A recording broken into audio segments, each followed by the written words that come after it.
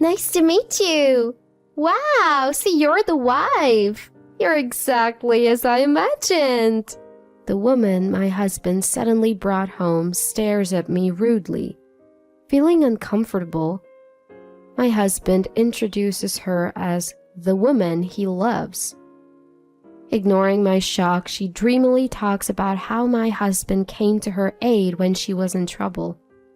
Right after listening to her story with pride, my husband presents me with an unthinkable choice. Before getting married, I, Sarah, lived with my aunt Heather. She took me in after my parents passed away when I was a child.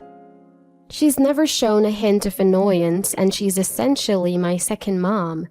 We have lived apart since I got married, but I assist with her work as I do mine from home. I'm married to Victor, who is 2 years older and 35. Back when we were dating, he was a nice guy. Always impeccably dressed in a suit and thoughtful enough to help out around the house when he knew I was tired. I use the past tense because he's not the man I married. After the wedding, he transformed into a tyrant, a complete stranger. In public, he plays the part of a gentle husband, but alone with me, he treats me like a servant. He used to say, "Housework is a shared responsibility." But now he doesn't lift a finger and treats me like a housekeeper. One day, I had to go out suddenly due to an urgent work-related call. I returned home completely exhausted, and Victor, who was waiting in the living room, was furious. "Where have you been all this time? I come home tired from work, and you haven't even prepared dinner or a bath. How useless can you be? You were raised by your single aunt, so you know nothing about being a devoted wife." Despite letting Victor know I'd be out for an emergency and uncertain when I'd return, he's like this. I held back my response to avoid further upsetting him, even though I had seen that he read my message. I thought to myself, Victor can handle his own meals and bath, but he insists on complaining instead. "What's with that look? If you have something to say it. Were you lying about work? Are you seeing another guy behind my back?" Once Victor starts to get angry, there's no calming him down.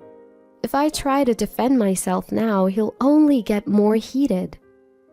Even as I apologize and start preparing dinner, he keeps accusing me of cheating, of not fulfilling my role as a housewife.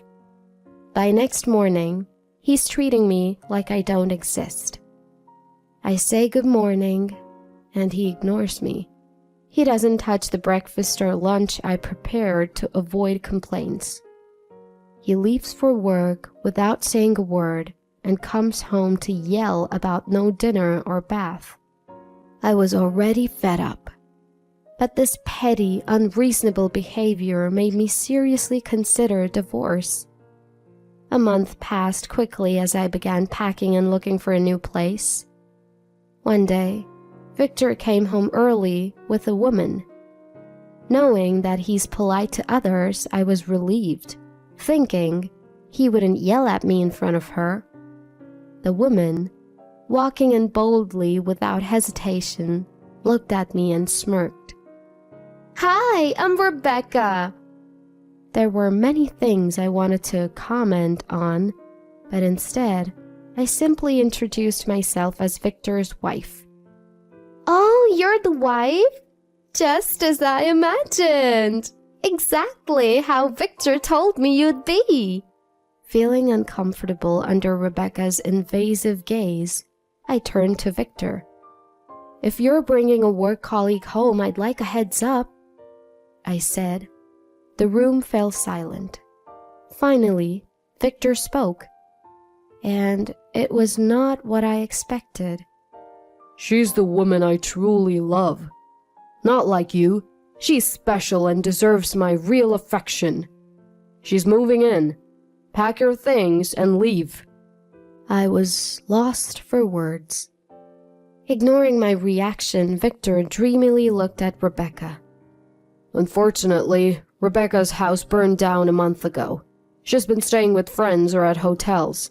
But then I realized she could stay here with me. Leaning on Victor's arm, Rebecca nodded, adding her voice to his nonsense. As I stood there dumbfounded, wondering what was happening, Victor looked down at me and said, Well, it's gotta be tough being told to leave out of the blue. If you serve us as a housekeeper, you can stay. I'm a generous guy. I'll even let you sleep here as long as you work. So, choose. Leave or work as a housekeeper. What will it be? Victor and Rebecca clearly mocking me. I'm leaving.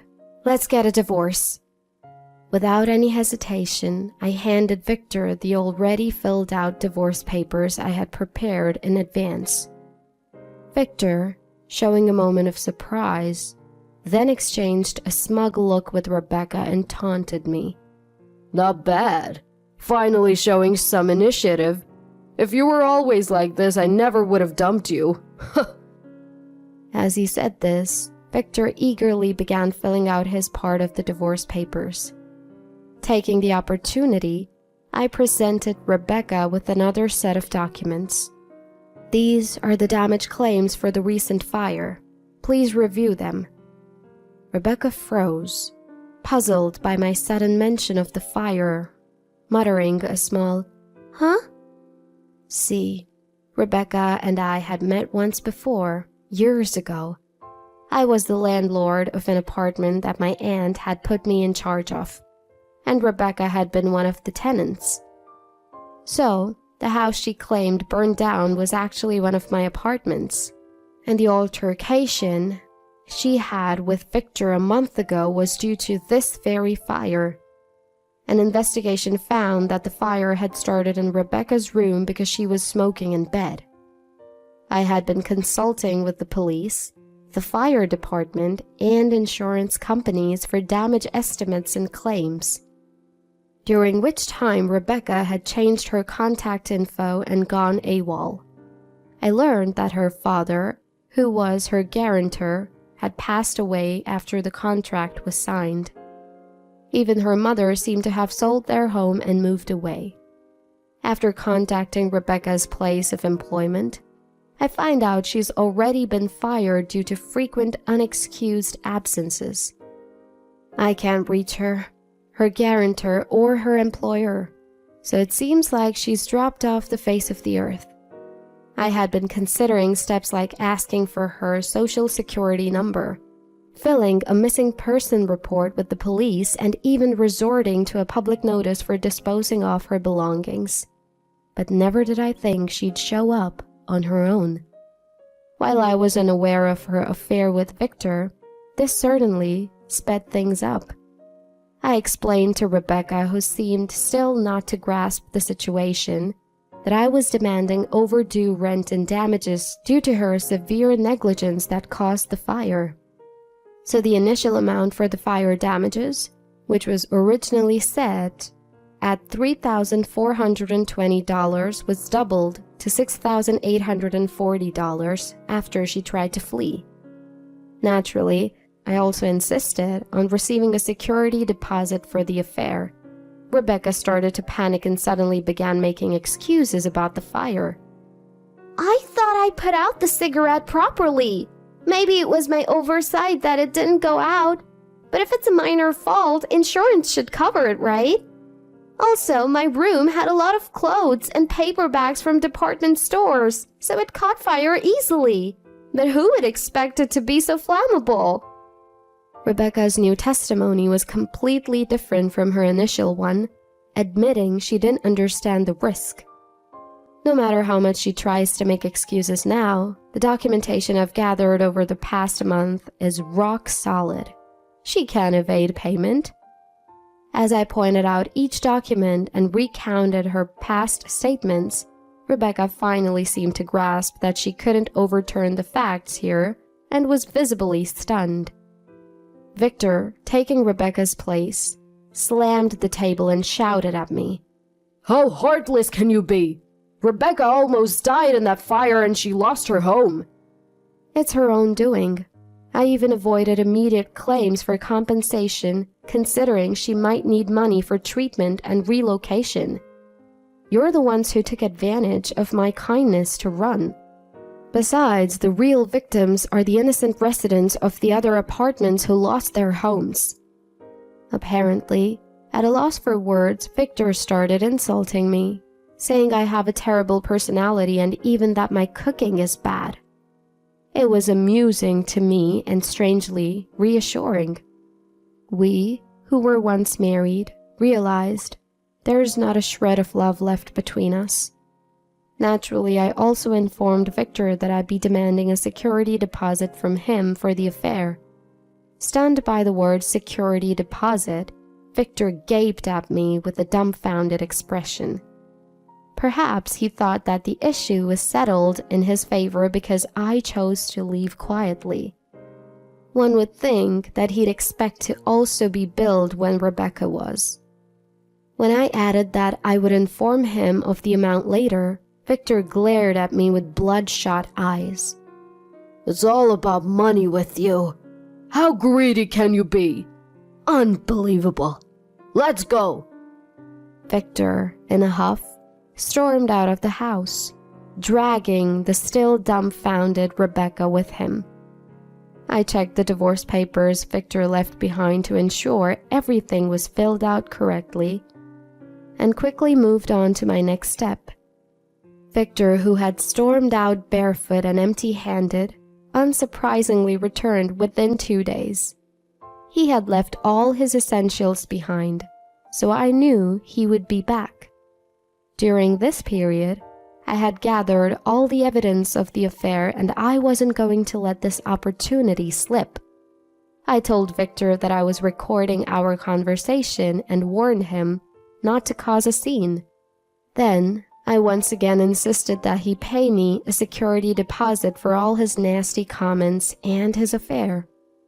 If you won't pay, I'll get a lawyer and take this to court, I said. Faced with that ultimatum, Victor agreed to pay me on the spot. I had been gathering evidence of his abusive language since I started thinking about divorce. I had these recordings as a safety net for divorce discussions, but they came in handy now. The agreement I drafted included several conditions, such as admitting to the affair and future payments of the security deposit. Victor signed it while begrudgingly muttering that I was a gold digger, but he seemed desperate to avoid a public scandal. After securing his promise, I kicked Victor out of the apartment I had rented. He didn't have enough money for a new place, so he was apparently sleeping in hotels and internet cafes. However, the easygoing life doesn't last. Soon enough, the savings are gone, and he returns to his parents for help. Though he didn't tell his parents about the divorce, only saying that we had a big fight and I kicked him out, his parents already knew the whole story. I had filled them in when I sent Victor's belongings back to them. Victor's parents were outraged by his actions. Disowned by his family, Victor turned up at Rebecca's apartment. He thought he could easily crash there, but things didn't go as planned. Rebecca blamed Victor for the additional damages she had to pay because of his actions and broke up with him on the spot. They had a massive fight that was so loud, their neighbors reported them. The person who reported us turned out to be our neighbor. And unfortunately, he was Victor's new boss who had just been transferred to headquarters. He was only living in this apartment temporarily for a month until company housing became available. Ironically, he was planning to move out just next week. When the police separated Rebecca and Victor, he recognized his boss and blanched. I was shocked to find out that the source of the ferocious yelling was Victor, who's usually mild-mannered around me. His boss seemed to have felt that Victor's extreme yelling raised some serious concerns about his character. As a result, the promotion that was almost in the bag got withdrawn, with a note to keep a closer eye on how he treats his subordinates. Meanwhile, Rebecca found herself in hot water. The folks at her new job who recommended the apartment found out about the police ordeal. It wasn't just a nuisance for the neighborhood. She was implicated in infidelity and liable for damages from the fire. Needless to say, they withdrew her job offer. Both she and her partner blamed me for their troubles and showed up at my door, screaming and pounding away. I didn't bother to unlock the door. I just called the cops. Being the cowards they are, the two hightailed it as soon as they heard the police sirens. A few days later, I was shocked to receive full payment from Rebecca for both the damages and the deposit. As I suspected she might skip town, I did some digging and found out that her new affair partner was the one who provided the money. You'd think she'd learn, but no. She keeps getting involved with married men. Though she paid up with someone else's money, I wasn't sure about to let her off the hook. I hatched a plan to send her new lover a gift. Turns out the guy is a business owner who felt sorry for poor homeless Rebecca and had given her a substantial amount of money. I mailed him the same legal documents I had sent to the insurance company and my lawyer, proof of her deceit, all accidentally included with some promotional flyers. The call for fact-checking came just a few days after the mail was sent. A man who fully believed Rebecca's lies, that she was a victim of fire damage but was being unfairly charged due to a loophole in the law, was furious when he found out the truth. He demanded Rebecca to fix their relationship and repay the money he had lent her. Lawyers and private investigators got involved right away, and they found out everything, from her contact information to the job she was applying for. Rebecca, now without anyone to help her, turned to Victor, who she thought was rebuilding his life. He didn't entertain her pleas. Victor has been making payments to me, while Rebecca has been slowly paying off her former lover, the company president. After discussing with my aunt, I decided to take this opportunity to rebuild the apartment that burned down. The old apartment, which had low rent, was revamped with security enhancements like entryway monitors and cameras in common spaces, and also got a stylish exterior. Some previous tenants returned, but now the main tenants are students. Thanks to the nearby college and the location, students moving from rural areas have found my apartment. The apartment has gained popularity among not just students, but also their parents for its high security features, maintaining a steady occupancy rate even after increasing the rent.